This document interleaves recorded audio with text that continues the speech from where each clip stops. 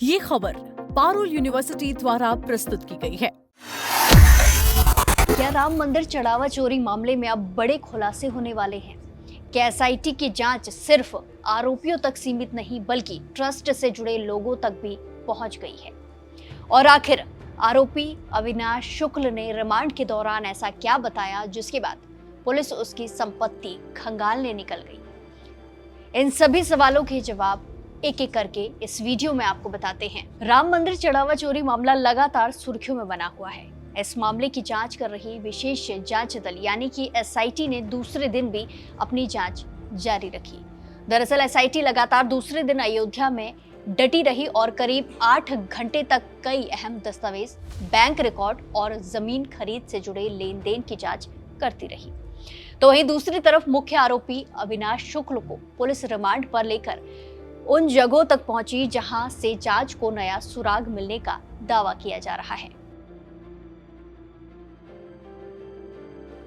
Team ने सबसे पहले ट्रस्ट के लिए खरीदी गई जमीन से जुड़े बैंक लेन देन का सत्यापन किया। अलग अलग बैंक्स के अधिकारियों को बुलाकर भुगतान से जुड़े रिकॉर्ड देखे गए और ये समझने की कोशिश की गई कि पूरी प्रक्रिया नियमों के मुताबिक हुई थी या फिर नहीं।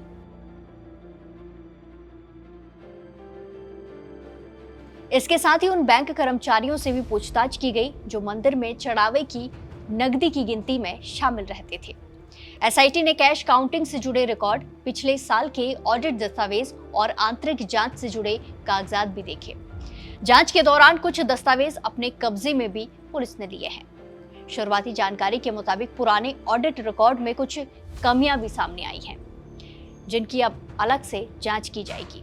इसी के साथ जांच का दायरा सिर्फ दस्तावेजों तक सीमित बिल्कुल भी नहीं रहा है। बताया जा रहा है कि ट्रस्ट से जुड़े प्रमुख जिम्मेदार लोगों की संपत्तियों का भी सत्यापन किया जा रहा है, जिसमें महासचिव चंपत राय, सदस्य डॉक्टर अनिल और व्यवस्थापक गोपाल राव से जुड़े विवरण भी जांच के दायरे में आ गए हैं। हालांकि अभी तक किसी के खिलाफ कोई आरोप सिद्ध नहीं हुआ है और जांच अभी जारी है। इधर पुलिस ने मुख्य आरोपी अविनाश शुक्ल को कस्टडी रिमांड पर लेकर पूरे दिन पूछताछ की। सबसे पहले उसका मेडिकल कराया गया और फिर उन जगहों पर ले जाया गया जिनका उसने जिक्र पूछताछ में किया था। पुलिस लखनऊ हाईवे के पास एक बाग में पहुंची। जांच एजेंसियों के मुताबिक यही वो स्थान बताया जा रहा है जहां कभी-कभी कथित तौर पर रकम का बंटवारा किया जाता था। पुलिस इस दावे की भी जांच कर रही है।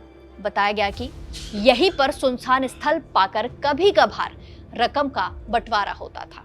यहां से पुलिस टीम उसे दोपहर लगभग 3 बजे कौशलपुरी के योग केंद्र लेकर पहुंची, जहां वो भाई अभिषेक शुक्ल के साथ रहता था। यहां कमरों की तलाशी ली गई और आसपास मौजूद कुछ संपत्तियों की भी जांच की गई। इसी दौरान पुलिस को एक कार का पता चला, जिसे फिलहाल कब्जे में ले लिया गया है। यहाँ लगभग आधे घंटे तक पुलिस टीम ने कमरों की तलाशी ली, जैसा हमने आपको बताया।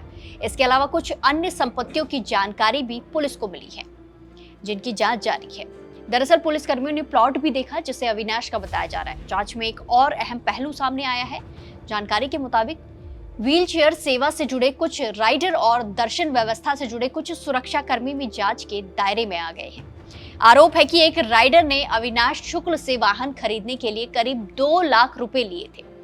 जांच एजेंसियां अब पता लगाने की कोशिश कर रही है कि क्या इन लोगों की भूमिका सिर्फ सेवा तक सीमित थी या फिर वो नकदी के आने जाने में किसी तरह की मदद करते थे। बताया जा रहा है कि आभूषणों की देखरेख से जुड़े एक ट्रस्ट कर्मचारी से भी पूछताछ की गई है। इसके अलावा जिन 2 बैंक कर्मचारियों का नाम पहले जांच में था, उनसे भी एसआईटी ने दोबारा से सवाल जवाब किए। जांच एजेंसियां ये भी देख रही है कि कहीं मानक संचालन प्रक्रिया यानी कि एसओपी का पालन करने में कोई लापरवाही तो नहीं हुई है। अगर ऐसा साबित होता है तो बैंकिंग व्यवस्था पर भी सवाल उठने लग सकते हैं। ऐसे में अब सबसे बड़ा सवाल यही है, क्या ये मामला सिर्फ चढ़ावे की चोरी तक ही सीमित रहेगा या जांच के दौरान और भी बड़े खुलासे सामने आ सकते हैं। राज्य सरकार पहले ही एसआईटी की जांच की समय सीमा 15 जुलाई तक बढ़ा चुकी है। इसका मतलब साफ है, एजेंसी हर पहलू की गहराई से जांच करना चाहती है और जल्दबाजी में किसी निष्कर्ष पर नहीं पहुंचना चाहती। फिलहाल इस पूरे मामले में कई सारे सवाल अभी भी हैं। चोरी का पूरा नेटवर्क क्या था? कथित तौर पर रकम कहां गई? क्या जांच में और लोगों की भूमिका सामने आएगी? और सबसे अहम, क्या इस मामले में आगे और गिरफ्तारियां हो सकती हैं? इन सभी सवालों के जवाब आने वाले दिनों में साफ हो जाएंगे। फिलहाल इस मामले की जांच जारी है और किसी भी व्यक्ति की जिम्मेदारी या दोष का अंतिम फैसला जांच पूरी होने और इसी के साथ न्यायिक प्रक्रिया के बाद ही सामने आएगा। आपको क्या लगता है? कमेंट्स में अपनी राय जरूर दें और बाकी देश और दुनिया की तमाम बड़ी अपडेट्स के लिए जुड़े रहिए दैनिक जागरण के साथ। नमस्कार।